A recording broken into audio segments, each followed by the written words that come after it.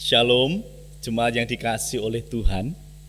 Kita mengucap syukur apabila hari ini kita bisa berjumpa kembali untuk beribadah kepada Tuhan.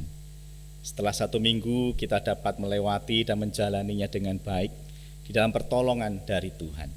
Maka biarlah hari ini kita mau dedikasikan, kita mau persembahkan untuk Tuhan. Kita mau beribadah, kita mau memuji serta memuliakan nama Tuhan. Dan kiranya kita semuanya boleh mendengar serta merespon panggilan dari Tuhan untuk beribadah. Bersorak-soraklah bagi Tuhan, hai seluruh bumi. Beribadahlah kepada Tuhan dengan sukacita. Datanglah ke hadapannya dengan sorak-sorai, sebab Tuhan itu baik. Kasih setianya untuk selama-lamanya, dan kesetiaannya tetap turun-temurun. Mari kita menenangkan hati kita sejenak di dalam saat teduh.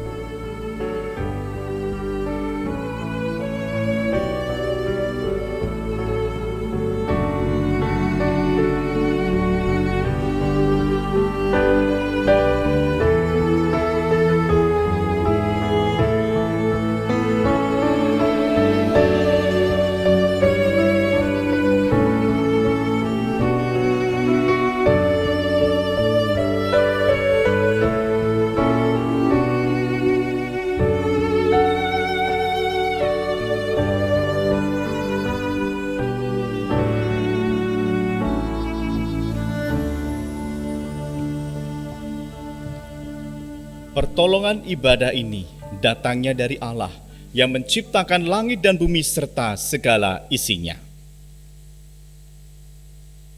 Kiranya kasih karunia dan damai sejahtera dari Allah Tritunggal menyertai saudara sekalian. Tuhan Allah yang mulia, kiranya namanya dimasyhurkan di atas langit dan di bumi selama-lamanya. Aku hendak bersyukur pada Tuhan karena keadilannya dan bermazmur bagi nama Tuhan yang maha tinggi.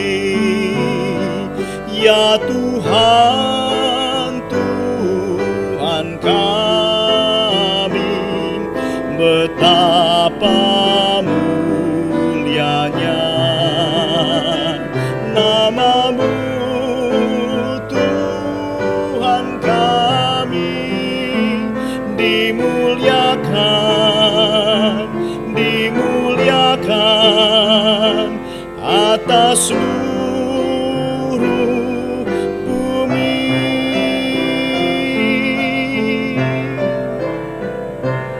Aku hendak bersyukur pada Tuhan karena keadilannya dan bermazmur bagi nama Tuhan yang maha tinggi. Ya Tuhan, kami, betapa mulianya nama-Mu, Tuhan kami, dimuliakan atas seluruh bumi.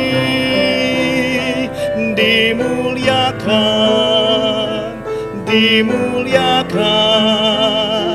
atas seluruh bumi.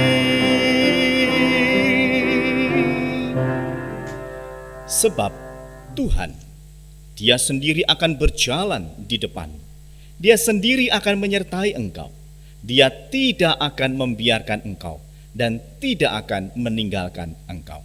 Janganlah takut dan janganlah patah hati. Dunia di mana kita tinggal adalah milik Allah. Sebab Dia yang telah menciptakan segala sesuatu. Sudah seharusnya kita yang tinggal di dalam dunia ini menjaga seluruh isinya tetap dalam keadaan yang baik.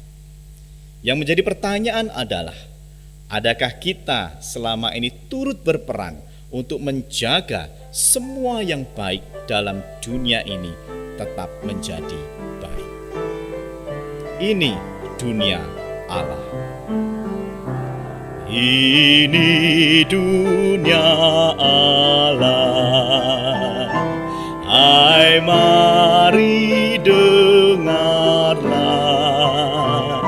segenap alam naikkan puji, bintang ikut nyanyi. Ini dunia Allah, puaslah hatiku. Pohon bunga, laut dan langit nyatakan kuasanya. Ini dunia Allah, ingatkanlah daku, meskipun dosa menggoda, namun Dia telah menang. Ini dunia Allah, ku tak perlu susah. Allah Raja segenap alam, pujilah namanya.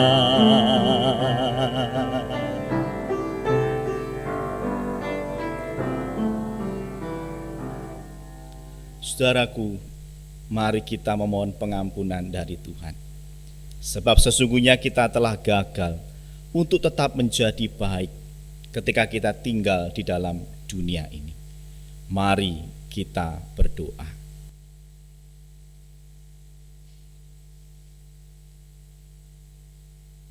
Tuhan semesta alam, Engkaulah yang menciptakan hidup kami. Engkaulah yang memiliki hidup kami, dan Engkaulah yang berkuasa atas hidup kami. Tuhan, kami datang kepadamu pada saat ini. Kami mengaku bahwa kami sering menggantikan kekuasaan Tuhan dengan kuasa dunia, sehingga kami hidup bukan seturut dengan apa yang Tuhan kehendaki, tapi justru kami hidup seturut dengan dunia kehendaki. Sehingga kami gagal untuk menjaga dunia ini menjadi baik. Bahkan kami gagal menjaga diri kami sendiri tetap baik. Tuhan, kami mengaku bahwa kami telah berdosa karena kegagalan kami untuk hidup taat melakukan perintah Tuhan. Maka pada saat ini Tuhan, kami mengaku bahwa kami telah berdosa, dan pada saat ini pula kami memohon pengampunan dari Tuhan. Kiranya Tuhan berbelas kasihan serta menganugerahkan pengampunan bagi kami. Berikan kepada kami kelepasan, berikan kami kebebasan dari penghukuman, dan ajarlah kami Tuhan untuk terus melakukan yang baik, memikirkan yang baik, dan memuliakan nama Tuhan melalui kehidupan kami. Menjadi berkat untuk sesama kami, sehingga orang-orang yang berada bersama-sama dengan kami, mereka merasakan kebaikan Tuhan melalui hidup kami. Terima kasih ya Tuhan, sebab Engkau baik dan sudah menganugerahkan pengampunan bagi kami. Kami bersyukur di dalam nama Tuhan kami Yesus Kristus. Amin. Berbahagialah orang yang diampuni pelanggarannya, yang dosanya ditutupi. Berbahagialah manusia yang kesalahannya tidak diperhitungkan Tuhan. Maka dengarkanlah berita anugerah. Yesaya 55 ayat yang ke-7. Baiklah orang fasik meninggalkan jalannya, dan orang jahat meninggalkan rancangannya.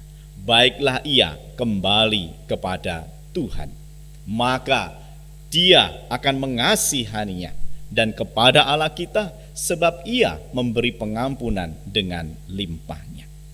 Saudara-saudara yang dikasihi oleh Tuhan, sebagai respon kita atas pengampunan yang telah Tuhan anugerahkan kepada kita, mari kita hidup sesuai dengan perintah Tuhan, sebagaimana yang terdapat dalam firman Tuhan Roma 8 ayat 28. Mari kita bersama-sama membacakan petunjuk hidup baru ini. Kita tahu sekarang bahwa Allah turut bekerja dalam segala sesuatu untuk mendatangkan kebaikan bagi mereka yang mengasihi Dia, yaitu bagi mereka yang terpanggil sesuai dengan rencana Allah. Saudaraku yang dikasihi oleh Tuhan, tidak sedikit pun Tuhan melepaskan perhatiannya kepada kita. Dia ada di dalam sejarah hidup manusia. Bahkan dia ada di dalam sepanjang sejarah kehidupan dunia ini. Kiranya Tuhan menjadi pusat hidup kita, pusat sejarah di dalam hidup kita dan sejarah dunia. Dia pusat hidup. Kulihat bintang ciptaannya, akan keagungan kabdannya. Walau dia mengatur alam, apa artinya? Kelahirannya kurayakan, karena ada dalam sejarah, datang membebaskan manusia. Apa artinya? Akhirnya ku bertemu Tuhan, aku rasakan anugerahnya. Dia bukan Tuhan yang tinggal jauh dari aku dan yang mengabaikanku. Kini aku ditemaninya dan selalu dijagainya, memimpin sepanjang jalanku. Yesuslah hidupku.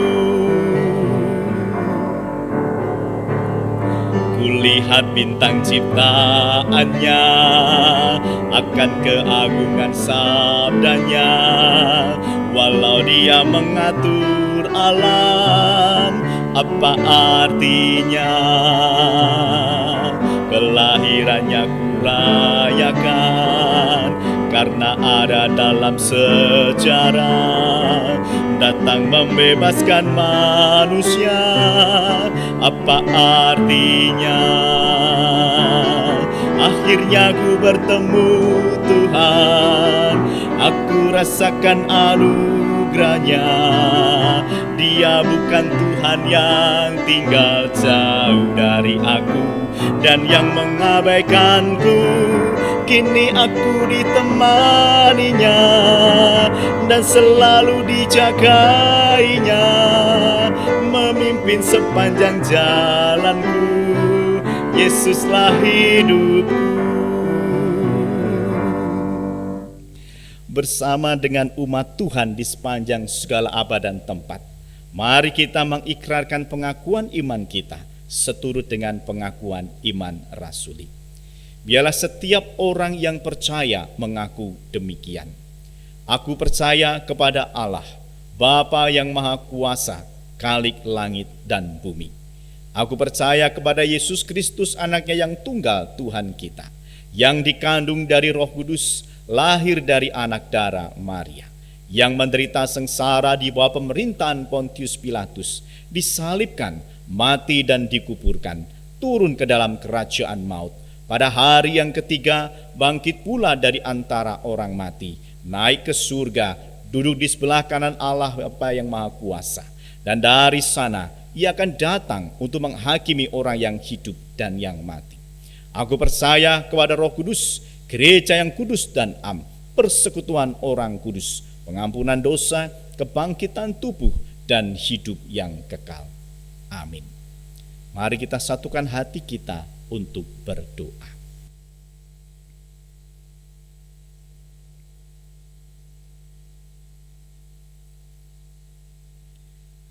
Bapa di dalam kerajaan surga, kami datang kepadamu pada saat ini. Kami membawa pergumulan bangsa kami Indonesia. Sekalipun negeri ini dipenuhi dengan persoalan, tetapi kami bersyukur kepada Tuhan. Kalau Tuhan masih memerintah atas negeri ini, masih berdaulat atas negeri ini, dan Tuhan masih menyatakan segala kebaikan Tuhan bagi bangsa Indonesia. Kami berdoa kiranya Tuhan terus menyatakan kasih Tuhan, kemurahan Tuhan bagi negeri kami Indonesia, menolong pemerintah di dalam memulihkan keadaan ekonomi di masa pandemi ini. Apa yang diambil kebijakan oleh pemerintah, semuanya dapat membawa ekonomi Indonesia menjadi semakin membaik. Kami berdoa supaya usaha, pekerjaan masyarakat Indonesia, Tuhan yang memberkatinya, sehingga kami sekalian dapat terus bekerja dan melalui pekerjaan kami itu mendatangkan berkat untuk diri kami ataupun untuk orang-orang yang berada di sekeliling kami. Bahkan melalui usaha pekerjaan yang tetap berjalan dengan baik itu, keadaan ekonomi Indonesia menjadi semakin pulih. Berkati pula keadaan kesehatan masyarakat Indonesia. Tuhan yang menolong, Tuhan memberkati kami sekalian dan menjauhkan kami dari tertularnya virus COVID-19. Tuhan berkati upaya pemerintah di dalam mendistribusikan vaksin ataupun juga memproduksi secara mandiri vaksin dari COVID-19. Kiranya Tuhan berkenan menolong para ahli. Tuhan juga menolong semua pihak-pihak pemangku jabatan sehingga semua bisa berkoordinasi dengan baik di dalam produksi ataupun distribusi. Semua dilaksanakan di dalam hikmat dari Tuhan, sehingga seluruh masyarakat Indonesia semuanya bisa memperoleh vaksin dan kami tetap dalam keadaan sehat, punya imunitas yang baik terhadap COVID-19. Tuhan, kami juga rindu Tuhan memulihkan keadaan Indonesia dalam segala bidang yang terdampak. Kiranya semua boleh berjalan di dalam anugerah Tuhan. Khususnya juga untuk anak-anak yang masih sekolah, mereka yang harus belajar dari rumah. Mari Tuhan juga menolong mereka, memberkati mereka, sehingga di tengah keterbatasan, mereka tetap bisa belajar menuntut ilmu dengan baik. Bahkan mereka bisa berprestasi. Tuhan berkati untuk para pendidik, untuk sekolah di dalam keterbatasan yang ada, fasilitas-fasilitas yang belum dimiliki. Mari Tuhan tolong dengan segala upaya yang ada dapat menjangkau anak-anak didik belajar dengan baik. Bapa, kami juga berdoa bagi gerejamu di tempat ini. Mari Tuhan, Engkau yang tolong, Engkau yang berkati seluruh jemaat dalam pergumulan hidup mereka masing-masing. Baik pergumulan rumah tangga mereka, pergumulan usaha pekerjaan, pergumulan ekonomi keluarga mereka, pendidikan anak-anak mereka, masa depan hidup mereka, bahkan pasangan hidup mereka. Mari Tuhan, kiranya Engkau sendiri yang menolong. Tuhan memberkati jemaat yang hari ini dalam keadaan sakit. Tuhan, Engkau hadir dan memberi kepada mereka kekuatan khusus. Bahkan mereka boleh mengalami kasih Tuhan yang lebih nyata di tengah keadaan yang mereka alami, sehingga mereka tetap bisa mengucap syukur kepada Tuhan. Terima kasih Bapa di surga. Kami mau persembahkan doa kami, pergumulan kami ini di dalam nama Putramu Yesus Kristus. Amin.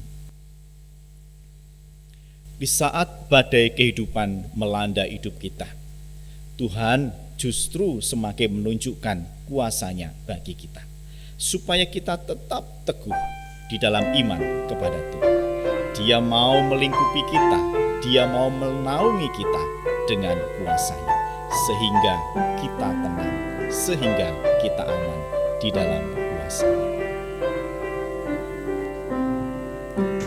Lingkup dengan sayapmu, naungiku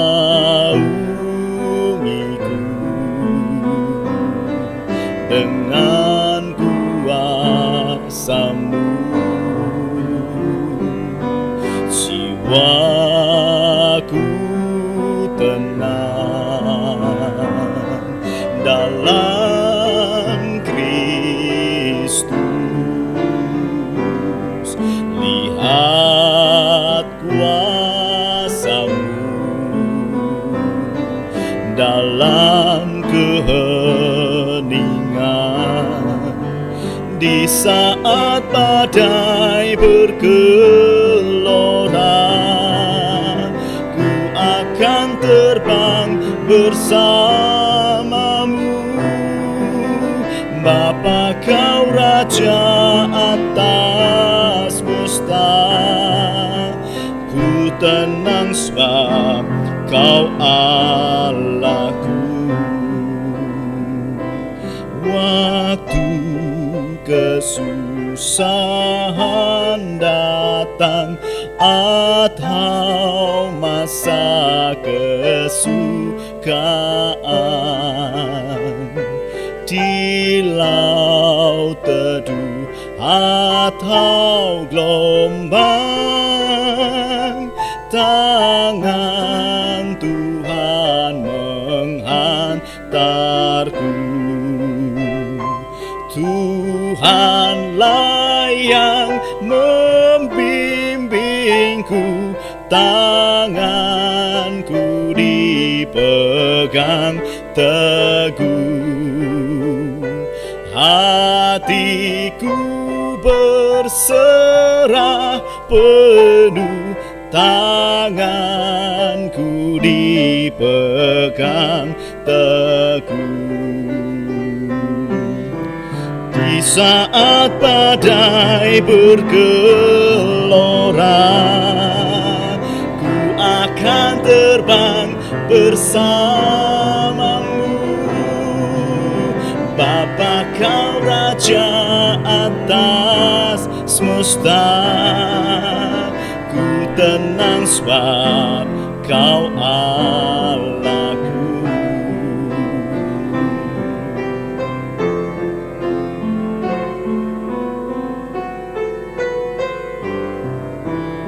Mari kita berdoa.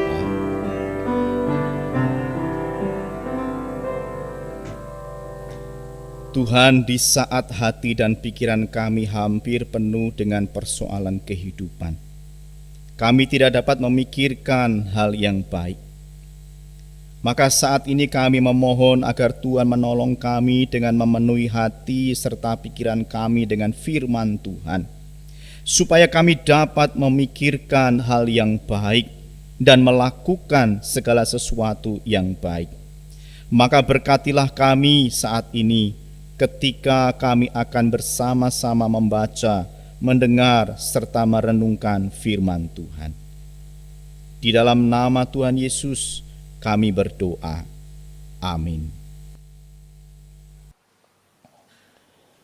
Selamat pagi saudara, Shalom. Saya bersyukur pagi ini boleh melayani di tempat ini, dan memang sudah sejak Maret sampai sekarang ini boleh dikatakan saya baru 2 kali khotbah, maksudnya di dalam ibadah gereja. Ya, memang berapa kali khotbah di gereja yang kosong kira-kira gitu ya. Karena apa? Direkam ataupun juga live streaming, sehingga ibadah di tempat yang kosong, nggak ada orang, hanya 2-3 orang majelis atau pengurus atau yang ikut melayani. Saya bersyukur hari ini boleh melayani di tengah-tengah saudara sekalian. Saya juga bersyukur Tuhan kasih kekuatan dan kesehatan buat saya. Memang beberapa rekan tahu hari Jumat yang lalu saya baru menjalani operasi, tapi memang dihitung sebagai operasi kecil ya. Dokter Mega tentu tahu ada lemak atau benjolan di leher saya. Tapi memang saya harus dibius total ya, tapi saya yakin percaya waktu itu saya memang bergumul. Apakah pelayanan hari Minggu ini saya batalkan, dalam arti saya tukar Ya, karena ada teman-teman saya bisa hubungi untuk ada yang menggantikan saya atau saya tetap melayani. Dan akhirnya saya putuskan, saya yakin Tuhan kasih kekuatan, saya boleh tetap melayani ya. Keluarga, saudara semua pada bingung. Kamu ini baru operasi sudah mau pelayanan sudah apa? Bukan nggak boleh melayani atau apa. Tapi kan lihat kondisi. Saya katakan saya percaya Tuhan kasih kekuatan ya. Bersyukur sampai hari ini pasca operasi nggak ada rasa sakit sama sekali. Ya katanya setelah operasi biusnya habis pasti cekot-cekot, tapi nggak terasa. Ya, jadi Tuhan kasih berkatnya. Ya, sehingga oleh karena komitmen melayani, komitmen untuk bersama dengan saudara, Tuhan kasih ekstra kekuatan dan inilah berkat dan anugerah yang Tuhan berikan kepada kita semua. Dan biarlah kita tetap terus percaya dan bersandar kepada Dia.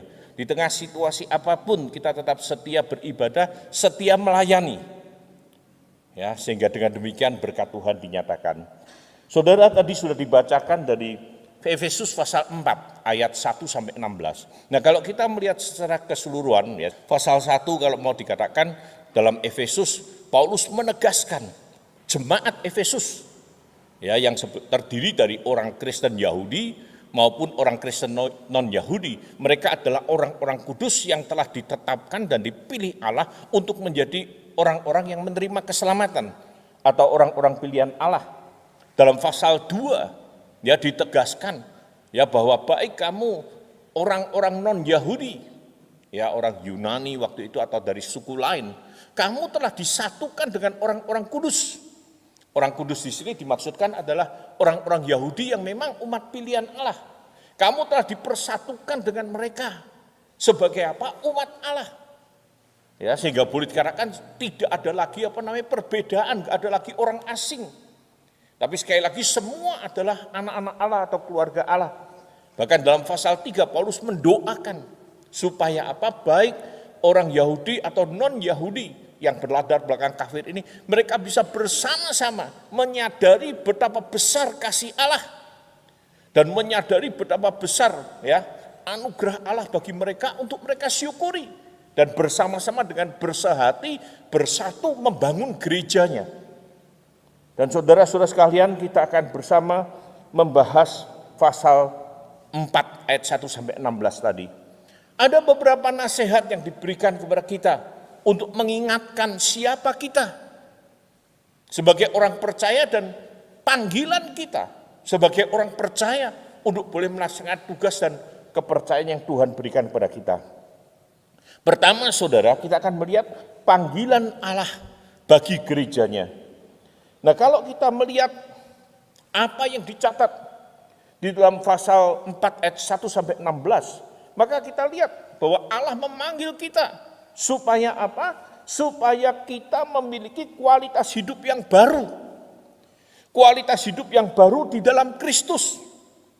Ya, yang di dalam ayat yang pertama itu disebutkan, hendaklah hidupmu berpadanan dengan Injil.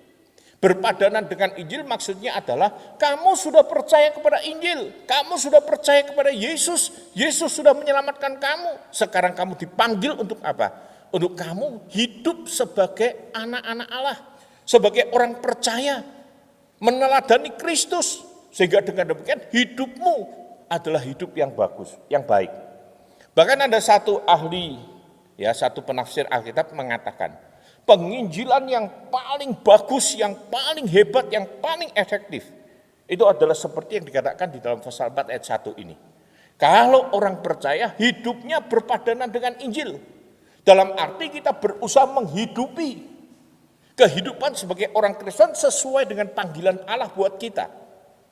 Karena saudara, apa artinya kita menyampaikan hal-hal yang indah tentang Injil, tentang surga, tentang berkat, tentang janji Allah, tapi kita tidak menjadi contoh atau teladan hidup yang baik. Sehingga hidup kita boleh menjadi sarana yang efektif dalam memberitakan Injil atau menyaksikan Injil itu. Dan saudara, hidup berpadanan dengan Injil ini dijelaskan. Pertama, supaya kamu rendah hati. Kedua, lemah lembut. Dan ketiga, sabar. Dan saudara, rendah hati, lemah lembut, dan sabar ini boleh dikatakan kalau kita lihat ditunjukkan oleh Yesus di dalam kehidupannya selama dia bersama-sama dengan murid-murid dan juga dengan orang banyak di dunia ini. Dia banyak direndahkan, dia banyak dihina, dia banyak dipandang menghujat Allah atau dimusuhi atau disudutkan, diapakan, tapi dia tidak pernah menghadapi dengan emosional. Dia punya kuasa, tapi nggak pernah dia pakai kuasanya itu untuk menunjukkan bahwa dia itu hebat dan mengalahkan musuh-musuhnya. Saudara, pernah suatu kali saya nyetir mobil, jalanannya sempit. Saya nyetir mobil, saya nyetir di jalan saya, sejalur saya sudah betul. Di sana ada truk gitu, di depan saya ada truk, saya nyetir sini. Setelah saya nyetir ini, saudara, ada mobil nyelip truk itu, padahal jaraknya dengan saya sudah dekat. Saya berhenti, saudara. Saya berhenti karena apa? Kalau saya terus pasti kena truk mobil itu bertabrakan. Tapi ternyata saudara sudah begitu mobil itu tetap menyelip truknya dan agak sedikit memperlambat di dekat saya dan marah-marah kepada saya. Sampai saya ini pikir, yang salah ini siapa kira-kira gitu. Saya berhenti, kalau saya nggak berhenti saya tetap jalan, pasti akan terjadi kecelakaan. Saya memilih berhenti, tapi yang ini tetap nyelip dan marah-marah. Buka jendela dan tangannya begini. Saudara, waktu itu saya katakan, aduh kalau saya punya kekuasaan yang luar biasa, saya gini kan bannya meletus lah. Biar kapok, orang sudah salah kok tambah marah-marah kepada orang yang benar. Saudara, saya berpikir, iya, tapi kalau saya punya kuasa begitu kan seenaknya aja ya. Gak suka sama ini saya tunjuk, gak suka ini saya tunjuk. Karena saya punya kuasa, punya kehebatan, dan itu sebetulnya kecenderungan manusia, betul enggak? Kalau dia punya kekuasaan, kalau dia punya kekuatan, dia punya kehebatan, dia akan pakai itu untuk apa? Untuk menunjukkan bahwa saya bisa. Berbeda dengan Yesus. Dia punya kuasa ilahi, tapi dia dihina, dia dicaci maki. Bahkan kalau kita tahu proses penyaliban, sedikit pun dia tidak menunjukkan kuasanya walaupun dia bisa. Saudara, dikatakan dia rendah hati, lemah lembut dan sabar, dan kita diminta meneladani. Kalau kita mampu meneladani Yesus, maka kita menjadi Injil yang terbuka. Bukan itu saja, dikatakan kita diminta untuk memiliki kasih yang saling membantu, menolong seseorang dengan kasih. Saudara, memang saat ini kita tahu kondisi yang sangat sulit. Bersyukur saudara, banyak orang, banyak pengusaha, banyak gereja, banyak orang Kristen, mereka mempunyai kesadaran untuk berbagi, memperhatikan sesamanya. Berbagi sembako, berbagi ini dan sebagainya. Tapi saudara, kira-kira apa yang menjadi tujuan dan motivasi kita berbagi? Ada tentunya yang berbagi karena apa? Supaya dilihat bahwa kalau itu pengusaha atau perusahaan, wah peduli dengan sesama dan sebagainya. Apalagi kalau sudah pakai bendera, orang katakan bendera partai dan sebagainya, menjadi menjadi kampanye terselubung dan sebagainya dan sebagainya. Tapi kita diminta untuk menunjukkan pertolongan, bantuan itu dengan kasih. Karena apa? Kita mengasihi orang yang kita tolong sebagai sesama. Sehingga beberapa kali ada orang melakukan bakti sosial. Saya katakan, tolong waktu kamu menyerahkan jangan difoto. Terus fotonya diupload. Menyerahkan 1 dus isinya Supermil 5, beras 2 kilo, gula, minyak. Waduh, itu berapa? Sudah difoto. Waduh. Sayanya ketawa. Yang sana terima kasih. Bukan itu sebetulnya yang penting. Tetapi katakan lakukanlah semuanya itu dengan kasih. Karena kamu tahu bahwa mereka membutuhkan pertolongan dan perhatian dari kita. Dan bersyukur saudara, hal-hal itu boleh dikatakan dilaksanakan dan terjadi di tengah-tengah kita. Saudara, kita diminta untuk mempunyai kualitas hidup yang baru sebagai pribadi, sebagai orang yang sudah diselamatkan. Dan kita diminta meneladani Kristus. Kristus melayani dengan penuh kasih, menolong dengan penuh kasih. Suatu kali ada seorang perempuan berdosa, dibawa ke hadapannya dan orang-orang Yahudi minta supaya Yesus menghukum perempuan berdosa itu karena apa? Karena memang hukum Taurat mengatur bahwa orang berdosa seperti itu harus dilempari batu. Tapi Yesus dipojokkan. Kalau Yesus perintahkan dilempari batu, dia berarti tidak punya kasih. Sehingga saudara, Yesus dengan hikmat Allah berkata kepada orang yang menuntut untuk bisa menghukum orang tersebut, barang siapa yang tidak berdosa, biarlah dia yang pertama kali melempar batu. Semua orang sadar bahwa mereka adalah orang berdosa, sehingga mereka dikatakan satu persatu pergi. Dan terakhir Yesus bertanya kepada wanita itu, apakah enggak ada yang melempari kamu dengan batu? Tidak ada. Kalau begitu pergilah dan jangan berbuat dosa lagi. Dalam arti Yesus menegur dengan sederhana. Mungkin kalau saya yang menegur, makanya lain kali jangan begini, lain kali jangan begitu. Kamu harus hidup kudus, ingat firman Tuhan, hukum yang ketujuh, ingat ini, ingat. Waduh, mungkin nasihat yang panjang lebar baru silahkan pergi. Yesus tidak, saudara. Dengan kasih dia berkata, pergilah, tapi jangan berbuat dosa lagi. Ya, dia berbicara dengan penuh otoritas sehingga orang itu merasakan kasih Allah yang besar, dan saya yakin terjadi pertobatan yang luar biasa. Kita diminta meneladani teladan Kristus itu. Yang selanjutnya, panggilan Allah adalah untuk kita hidup sebagai satu tubuh. Nah, maksudnya apa hidup sebagai satu tubuh? Ya, yang dimaksudkan adalah kita ini gereja. Gereja digambarkan sebagai tubuh Kristus. Kristus sebagai kepala dan kita adalah satu tubuh. Kita terdiri dari berbagai macam anggota tubuh, tapi semua anggota tubuh yang ada ini dipersatukan untuk apa? Untuk membuat hidup ini berjalan dengan baik. Ya, dan dikatakan sebagai gereja, sebagai satu tubuh ini, kita mendapatkan roh yang sama. Roh Kudus dianugerahkan kepada semua saudara, bukan hanya kepada hamba Tuhan, saya, Pak Yos dan istri, atau ya hamba Tuhan yang lain. Tapi kepada setiap orang diberikan apa? Diberikan Roh Kudus yang tinggal dalam hati kita, menguatkan kita, menuntun kita, membimbing kita dengan firman-Nya. Dikatakan kita sama-sama sebagai anak-anak Allah. Dalam arti tidak ada perbedaan, tidak ada kaya miskin di hadapan Allah. Karena apa, saudara? Bagi Allah, ya, orang yang kaya, terkaya pun dia tidak punya apa-apa. Karena apa? Dia hanya punya sesuatu yang sedikit dibandingkan dengan Allah yang memiliki seluruh dunia ini. Tidak ada orang pandai, tidak ada orang bodoh. Karena apa? Hikmat itu berasal dari Allah. Semua adalah anak-anak Allah yang diangkat dari dosa untuk memperoleh status sebagai anak-anak Allah. Kita sama-sama telah dibaptiskan. Dibaptiskan dalam nama Bapa, Anak, dan Roh Kudus. Dalam arti kita telah berpindah dari hidup di dalam dosa melalui pertobatan dan melalui meterai, yaitu baptisan, kita menjadi orang percaya. Dan bukan itu saja, iman dan pengharapan yang sama untuk keselamatan. Kita punya iman dan pengharapan yang sama supaya kita boleh memperoleh keselamatan. Bukan berarti karena saya pendeta, saya pasti mendapatkan jalur khusus untuk sampai ke surga.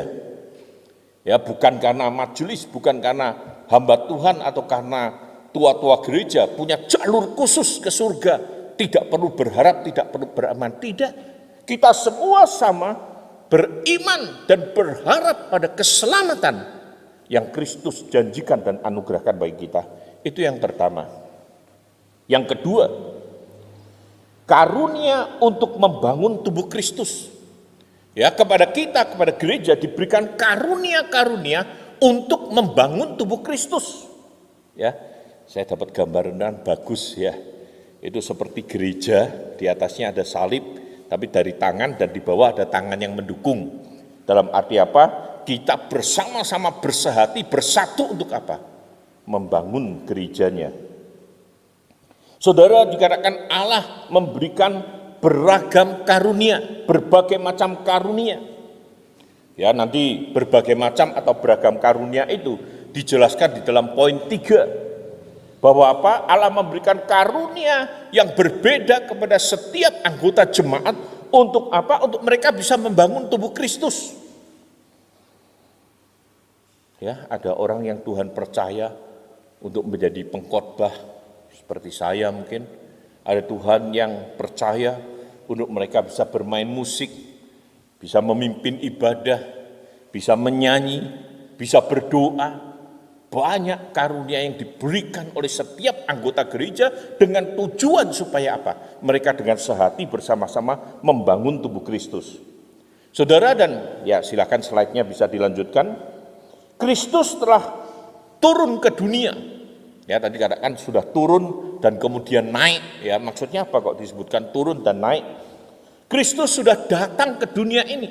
Dia meninggalkan surga yang mulia, tahta Allah yang mulia, dan dia datang ke dunia yang penuh dosa dan penuh dengan penderitaan ini. Bahkan bukan hanya dia turun ke dunia, bahkan dia sampai turun ke dunia orang mati. Karena dia harus mati di atas kayu salib. Oleh karena apa? Hendak menanggung dosa saudara dan saya. Dia telah mengalahkan dosa, bahkan dia telah mengalahkan iblis.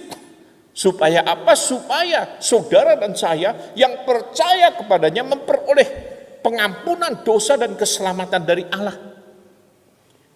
Saudara, dan bukan hanya dia datang atau turun ke dunia, ya, meninggalkan surga yang mulia, bukan hanya dia turun untuk berkorban dan mati bagi manusia, tapi kita tahu bahwa dia juga disebutkan telah naik dengan kemenangannya atas maut. Dia naik ke surga, dan saudara, setelah dia naik ke surga, dia kemudian menganugerahkan Roh Kudus kepada kita, bahkan memberikan karunia penyertaan dan kekuatan yang menuntun, melindungi, mendampingi kita supaya kita bisa melewati kehidupan di dunia yang penuh dengan tantangan ini. Sehingga dengan demikian saudara, Tuhan memberikan anugerah karunia yang besar buat gerejanya supaya apa? Supaya kita ini bisa bersama-sama membangun gereja yang Tuhan percayakan kepada kita, bahkan gereja kita bisa bertumbuh ke arah kedewasaan. Yang ketiga dan yang terakhir, bertumbuh ke arah kedewasaan. Ya, Efesus 4 ayat 11 sampai 16. Nah, saudara, kita lihat di dalam ayat 11 sampai 16 tadi disebutkan Tuhan melengkapi gerejanya dengan memberikan beberapa jabatan-jabatan supaya apa? Ada orang-orang yang bertanggung jawab dan melayani gereja. Tadi disebutkan Tuhan memberikan apa? Rasul-rasul. Siapakah rasul-rasul?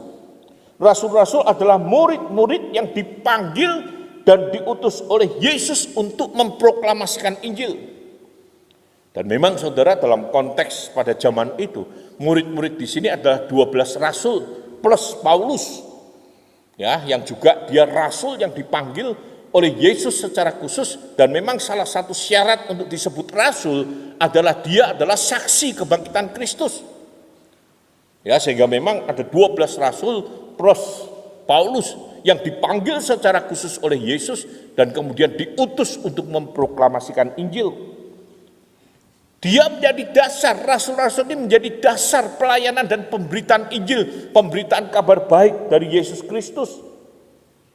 Bukan itu saja, dikatakan dia juga memberikan nabi-nabi. Nabi-nabi adalah orang yang dipakai oleh Allah secara khusus untuk menyampaikan firman Allah. Ya, sehingga memang di dalam definisi nabi itu seringkali dijelaskan bahwa nabi adalah penyambung lidah Allah. Dalam arti apa? Allah berbicara melalui nabi kepada umatnya. Saya juga menyampaikan firman Tuhan, tapi saya nggak bisa berkata bahwa saya adalah nabi.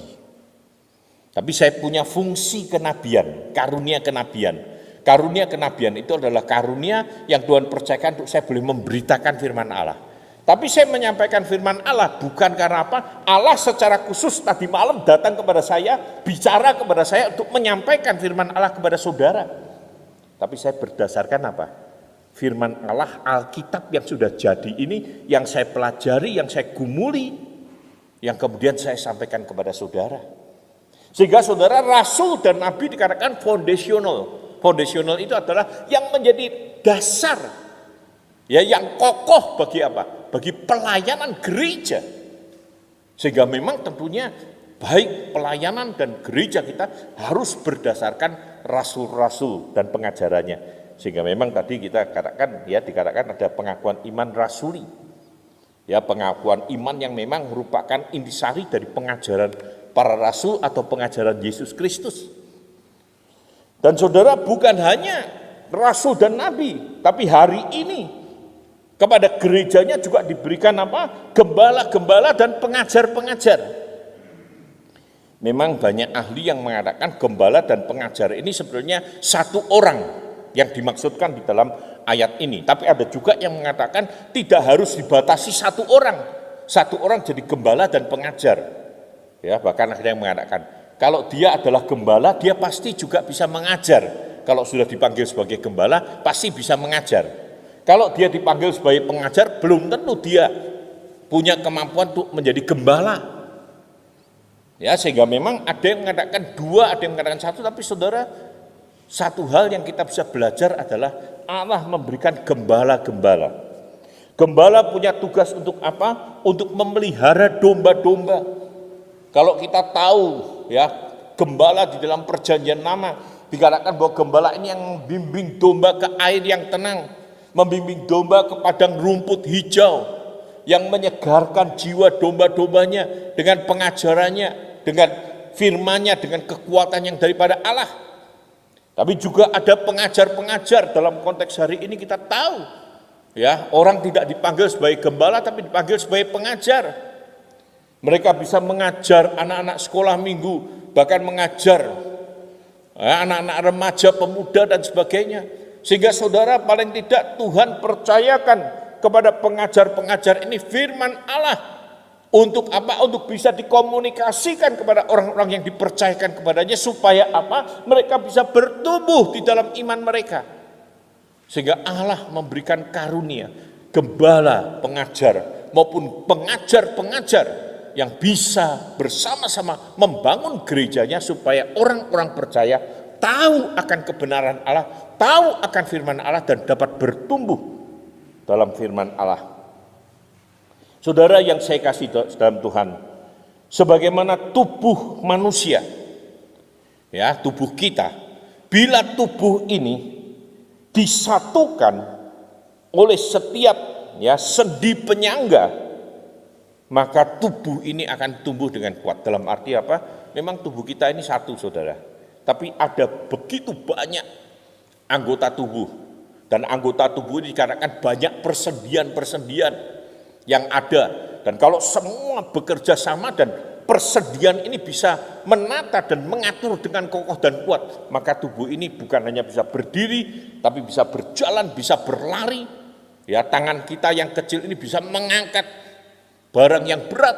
Bahkan bukan itu saja, kita bisa melakukan banyak hal. Dan bukan itu saja, bahwa dengan tubuh yang lengkap ini, kerjasama yang baik, maka tubuh kita ini akan bertumbuh. Ya, dalam arti, ya, kita semua akan bertumbuh. Ya, saya punya cucu masih umur 1 tahun, bisanya cuma senyum ketawa. Ya, tapi sekarang karena dia bisanya senyum ketawa, karena apa? Masih 1 tahun. Ya, tapi nanti kalau dia sudah bertumbuh, dia bisa mulai menyanyi, dia bisa bicara, dia bisa belajar, bisa ini dan sebagainya, akan bertumbuh menjadi orang yang tentunya suatu kali menjadi orang dewasa.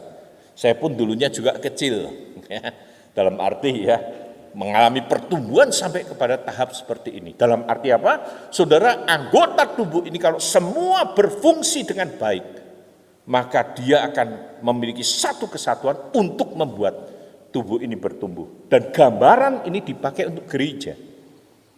Ya, memang ada gambaran di bagian lain yang dikatakan, kalau semua tubuh ini, ya, tangan, ya, siapa yang jadi mata yang bisa menjadi mengarahkan untuk melihat. Kalau semua mata, mengerikan juga, ya, sampai matanya banyak semana mata, sehingga itu, ya, kalau semua tubuh itu, dalam arti apa? Setiap tubuh sudah ditempatkan oleh Allah. Supaya apa? Mereka punya fungsi tugas masing-masing untuk mereka lakukan. Ya, kadang-kadang saya katakan, saudara, kalau kita lapar, ya, otak kita memerintahkan mata untuk cari ada nggak makanan di sekitar kita. Ya, begitu lihat ke sana, mata itu memerintahkan kaki ke sana, ada makanan, ya. Kita jalan ke sana. Kemudian otak memerintahkan apa? Tangan, ambil itu makanan, ya. Tangan kita ngambil makanan itu. Dan kemudian otak memerintahkan mulut, buka mulutnya. Ini dimasukkan. Saudara, walaupun itu terjadi secara logis atau secara langsung otomatis tanpa ada perintah-perintah itu. Tapi sekali lagi bahwa ini adalah semua satu kesatuan yang bekerja sama dengan baik. Untuk apa? Untuk membuat tubuh kita ini menjadi bertumbuh sehat dan kuat. Dan saya yakin gereja pun juga demikian. Kalau kita semua, baik pelayan-pelayan, pengerja-pengerja gereja, bahkan juga ya jemaat, kita bersehati melakukan tugas tanggung jawab yang dipercayakan kepada Tuhan, kita dapat membangun gereja Tuhan dengan baik. Tidak ada orang yang tidak punya anugerah atau kemampuan untuk melayani. Saya akan tutup dengan kesaksian yang sungguh terjadi, saudara, saat saya melayani di Malang, di GKT 1 Malang. Ya, di sana ada doa pagi. Ada satu ibu, dia pembantu rumah tangga, tapi dia rajin ikut doa pagi. Saudara, dia kalau datang ikut doa pagi itu biasanya datang paling pagi. Ya, kalau doa pagi mulai 5:30, dia datang jam 5, jam 5:05. Untuk apa, saudara? Dia membereskan ruang konsistori yang dipakai doa. Kadang ada rapat sampai malam, dia datang pagi, dia sapu, dia bersihkan, dia siapkan bantal, dia siapkan Alkitab, kemudian dia duduk, jemaat kemudian datang semua. Jemaat yang nggak ngerti mungkin pikirnya, wah pendetanya ini rajin ya. Sudah disiapkan semua, padahal ibu ini yang tiap kali melakukan mungkin nggak ada yang tahu. Suatu kali saudara, ibu ini datang jam berapa tahu? Jam 3:30 pagi, saudara. Pintu gereja dibel. Saya pikir 3:30 ini siapa yang datang ngebel, nggak selesai. Kemudian saya keluar turun, begitu mau buka pintu, loh ibu ini namanya Ibu Tami, sudah almarhum. Saya tanya itu, begitu ketemu ngomongnya apa? Pak penginjil, saya waktu itu masih penginjil. Kerinan ya, Anda tahu kerinan itu apa? Kesiangan ya, sampai saya datang belum dibukakan pintu. Saya bilang, Bu, Ibu tahu ini jam berapa? Ngomongnya memang masih sabar tapi diteken-teken ya, karena waduh hatinya panas begitu. Ibu tahu ini jam berapa? Diteken-teken sedikit gitu. Oh, enggak tahu ya, saya pikir sudah jam 5 ini. Karena apa? Ayam di tetangga saya itu sudah keluruk, sudah berkokok. Aduh, saya kalau kokoknya jam 2 kan datang jam 2 pagi. Saya terus bilang, Bu, kalau ibu mau berangkat sini lihat jam. Atau tanya kepada teman, jam berapa ini? Ya, saya katakan gitu. Sudah saya bukakan pintu, saya masuk kamar, ya jujur aja saya tidur lagi, masih 3:30 ya. Tidur lagi, jam 5 saya bangun, siap-siap untuk itu. Saudara yang saya kasih dalam Tuhan, ibu ini tiap pagi dengan setia menyapu, membersihkan dan sebagainya. Dia katakan apa? Saya cuma bisanya pegang sapu, pegang bulu-bulu. Kasihan itu penginjilnya masih muda. Kalau pagi-pagi harus bangun nyiapkan itu. Sudah biar saya saja yang melayani Tuhan dengan apa yang saya bisa lakukan. Hampir saja disemprot, dimarahi oleh penginjilnya walaupun tidak ya. Ya suatu kali saudara, setelah saya studi ke Amerika, pulang saya makan diajak ya selesai ibadah diajak makan di Malang. Saya duduk di warung, depan saya ada orang, dia katakan, Pak pendeta ya, pendeta Cornelius ya. Iya, sambil salaman. Waduh, apa itu? Bapak ingat saya? Sorry, saya nggak ingat kamu sama sekali. Ya, kemudian bapak ini bilang, saya ini majikannya Bu Tami. Bapak kan sering datang ke rumah saya besuk. Waduh, sorry, saya nggak ingat sama sekali. Saya sudah ke gereja, Pak. Hari ini ya saya ke gereja. Saya tadi juga baru ibadah. Gak lama kemudian saya nggak sempat tanya banyak, dia katakan apa? Pak maaf ya, saya sudah selesai, saya duluan. Dia pergi, saudara. Dalam hati sambil makan saya berpikir kenapa dia bisa ke gereja. Mungkin nggak ada yang tahu. Dia pun mungkin juga nggak akan merasa bahwa pembantunya ini yang membawa dia ke gereja. Tapi pembantu ini selalu minta, doakan untuk majikan saya supaya suatu kali mereka atau dia bisa percaya dan bisa ke gereja. Saudara, saya yakin kita lebih dari ibu yang sederhana ini. yang bisa nyapu, bisa ngepel, bisa bersih-bersih, bisa berdoa lagi. Dan kalau setiap kita menyadari bahwa Tuhan memberikan kesempatan khusus untuk kita melayani dengan sehati, dengan bergandeng tangan, saya yakin saudara, gereja kita bukan hanya kuat, gereja kita bukan hanya dapat terus melayani, tapi gereja kita juga dapat bertumbuh. Tuhan memberkati. Mari kita berdoa. Berkatilah firman-Mu Tuhan, supaya kami semua boleh diteguhkan dan dikuatkan oleh firman-Mu, dan supaya kami boleh belajar ya Tuhan. Sebagai anggota tubuh Kristus, kami dapat berfungsi dengan sebaik-baiknya untuk kami boleh melayani Engkau, kami boleh menjadi berkat sehingga ya Tuhan, sebagai bagian daripada anggota tubuh Kristus, kami boleh bersama-sama sehati membangun gereja-Mu untuk memberikan yang terbaik bagi Tuhan dan gerejanya. Demi Yesus Kristus kami berdoa. Amin. Jemaat yang dikasihi oleh Tuhan, mari kita mengakhiri ibadah pada pagi hari ini dengan penuh ucapan syukur kepada Tuhan. Kita naikkan segala puji, hormat, kemuliaan bagi Allah Tritunggal. Puji Allah Bapa Putra, puji Allah Roh Kudus, ketiganya yang esa, pohon selamat, sumber berkat.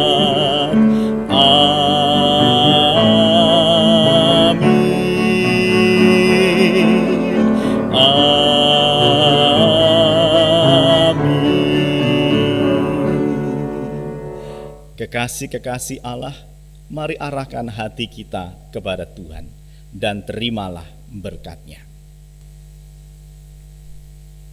Kiranya Tuhan mengaruniakan kepada engkau damai sejahtera dari surga, melindungi senantiasa agar engkau dapat taat kepada Tuhan dan Anak-Nya Yesus Kristus.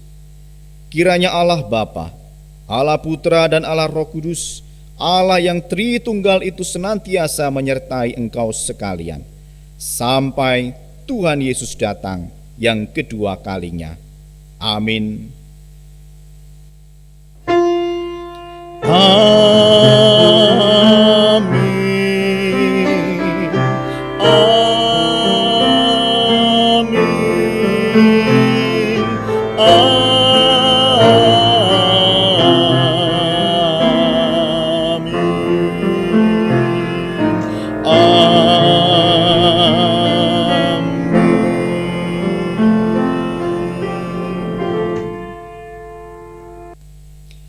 Kebaktian selesai, jemaat dipersilahkan mengambil saat teduh. Sampai jumpa minggu depan, selamat hari Minggu, dan Tuhan Yesus memberkati saudara sekalian.